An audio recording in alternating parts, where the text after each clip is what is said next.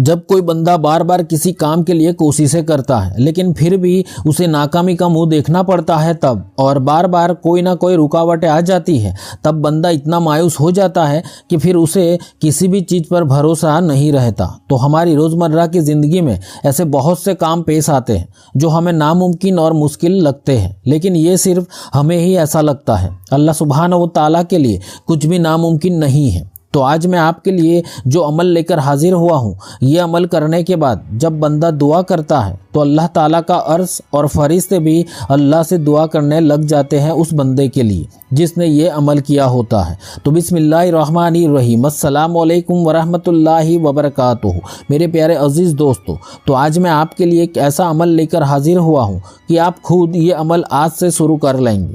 عمل بہت ہی آسان ہے، کوئی ان پڑھ مومن بھائی بہن بھی اس کو آسانی سے کر لیں گے۔ ویسے بھی ہم ہر عمل اس طرح سے پیش کرتے ہیں کہ کوئی ان پڑھ انسان بھی آسانی سے سمجھے اور عمل کر سکے۔ تو آج کا یہ عمل ایک نماز صلاۃ الحاجت کی 4 رکعت نوافل نماز کا عمل ہے۔ یہ ایک بہت ہی جلالی نماز ہے۔ اس نماز کو ادا کرنے کے بعد جب بندہ دعا کے لیے ہاتھ اٹھاتا ہے تو اللہ سبحانہ و تعالیٰ کا عرش بھی ہلنے لگتا ہے، اور جب اللہ تعالیٰ اس سے فرماتا ہے کہ تو کیوں تھر تھرا رہا ہے، تو وہ جواب میں کہتا ہے کہ اللہ تیرا فلاں فلاں بندہ یہ نماز کے ذریعے تجھ سے اپنی حاجت پیش کر رہا ہے، تو اسے عطا کر دے۔ سبحان اللہ۔ تو میں آپ کو اس نماز کا حوالہ بھی پیش کروں گا کہ یہ نماز کس کتاب سے ثابت ہے۔ تو ہماری چینل کو دیکھنے والے تمام بھائی بہن سے دل سے عرض کرتا ہوں کہ آپ کی اس نماز کا طریقہ آپ پہلے اپنے پاس لکھ کر رکھ لیں اور اپنے گھر والوں کو بھی اس نماز کے بارے میں ضرور بتائیں۔ یہ نماز ایک ایسی نماز ہے کہ اگر اس نماز کو کسی جنگل میں بھی ادا کی جائے تو وہ جنگل بھی آپ کے تابع ہو جائے گا، یعنی جنگل میں رہنے والے جانور بھی آپ کا بال باnkا نہیں کر سکتے۔ ایسی روحانی طاقت پوشیدہ ہے اس نماز میں۔ اب اس نماز کے ذریعے بڑے بڑے کام، بڑی بڑی مشکل حاجتیں اور مرادیں پوری کی جاتی ہیں۔ دنیا میں لاکھوں لوگوں نے اس نماز کو ادا کی ہے اور سینکڑوں بار آزمائی گئی ہے۔ بھلے ہی آپ کو آپ کی حاجت ناممکن لگے، لیکن یہ نماز ادا کرنے کے بعد آپ اپنی حاجت اللہ سبحانہ و تعالیٰ کے حوالے سپرد کر دیں۔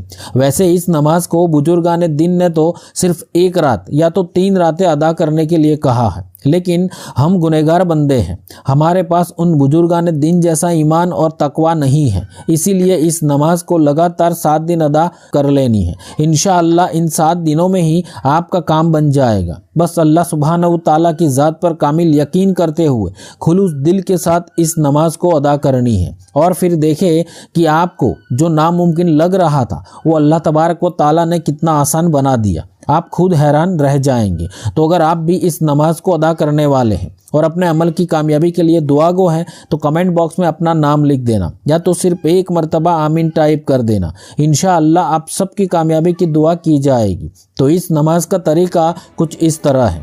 تو یہ 4 رکعت نوافل صلاۃ الحاجت کی نماز 2 رکعت سے ادا کرنی ہے، ایک ساتھ 4 رکعت سے ادا نہیں کرنی۔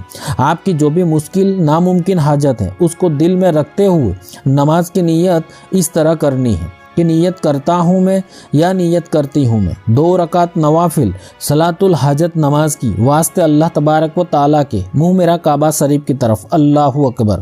اب اس نماز کی پہلی رکعت میں سورہ فاتحہ پڑھ لینے کے بعد سورہ اخلاص یعنی قل واللہ شریف کو 41 مرتبہ یعنی 41 مرتبہ پڑھنی ہے۔ اب سورہ اخلاص کو ہر بار بسم اللہ شریف کے ساتھ ہی پڑھنی ہے، اور پھر رکوع اور سجدہ کرنے کے بعد دوسری رکعت میں سورہ فاتحہ کے بعد سورہ اخلاص 31 مرتبہ یعنی 31 مرتبہ پڑھنی ہے، اور پھر رکوع، سجدہ اور اتحیات کے بعد عام نماز کی طرح نماز ادا کر لینی ہے۔ اب آپ کو پھر سے 2 رکعت نوافل صلاۃ الحاجت نماز کی نیت کرنی ہے جیسے آپ نے پہلے کی تھی۔ اب یہ دوسری 2 رکعت نوافل نماز کی پہلی رکعت میں سورہ فاتحہ کے بعد سورہ اخلاص 21 مرتبہ یعنی 21 مرتبہ پڑھنی ہے، اور پھر رکوع سجدہ کرنے کے بعد دوسری رکعت میں سورہ فاتحہ کے بعد سورہ اخلاص 11 مرتبہ پڑھ لینی ہے، اور پھر رکوع، سجدہ اور اتحیات کے بعد عام نماز کی طرح نماز مکمل کر لینی ہے۔ اب اس طرح آپ کو یہ 4 رکعت نوافل نماز